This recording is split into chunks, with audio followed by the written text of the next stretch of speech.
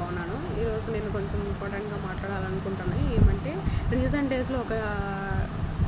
డేస్‌లో హైలైట్ అవుతా ఉన్నాయి ఏంటంటే నీట్ 2025 చాలా టఫ్‌గా వచ్చింది ఈసారి పేపర్ అని చెప్పేసి బయట చాలా టాక్. నేను వినగానే నేను చూసాను ఈసారి పేపర్‌ని. రియల్లీ చాలా టఫ్‌గా వచ్చింది గైస్.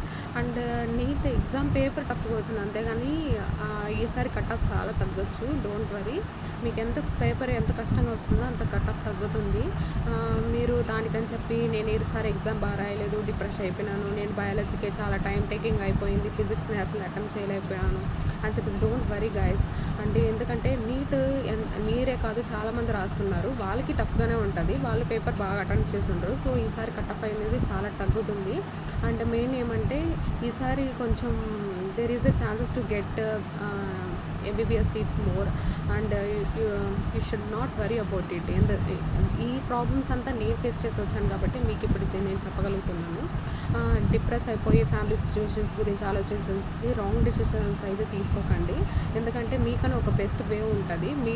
మీరు ఇప్పుడు ఆ బ్రిడ్జ్ మీద నిల్చుకుంటారు. మీరేంటి ఇటుపక్క ఇంటర్మీడియట్ కంప్లీట్ చేసి లాంగ్ టర్మ్ తీసుకొని అటుపక్క నుంచి వేరే కాలేజ్కి వెళ్ళాలని ఒక డ్రీమ్తో ఇప్పుడైనా నీట్ ఎగ్జామ్ అయిపోతే బాగుండు, మంచి సీట్ వస్తే బాగుండు, మంచి కాలేజ్కి వెళ్తే బాగుండు ఒక థాట్లో ఇప్పుడు ఉంటారు మీరు. అండ్ డెఫినెట్లీ ఒక పాజిటివ్ వేలోనే థింక్ చేయండి. వస్తే మనకు మంచి కాలేజ్లో జాయిన్ అవుతాం, రాకపోతే నెక్స్ట్ టైం వీళ్ళు ట్రై అని చెప్పేసి చాలామంది అనుకుంటారు.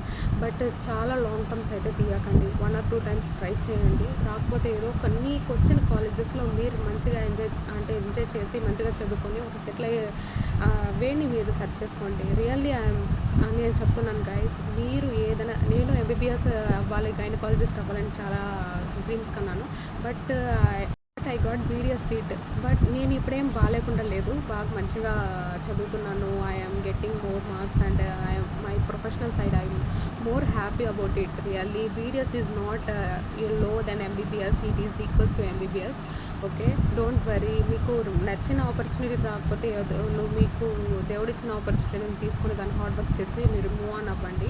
పేరెంట్స్ని చాలా ఇబ్బంది పెట్టకండి గాయస్. మీరు ఏదో ఒకటి మీరే థింక్ చేయండి, రాంగ్ డెసిషన్స్ అయితే తీసుకోండి, పాజిటివ్ యాటిట్యూడ్తో ఉండండి. ఇలాంటివి మంచిగా నేను చెప్తూ ఉంటాను, మీరేనండి.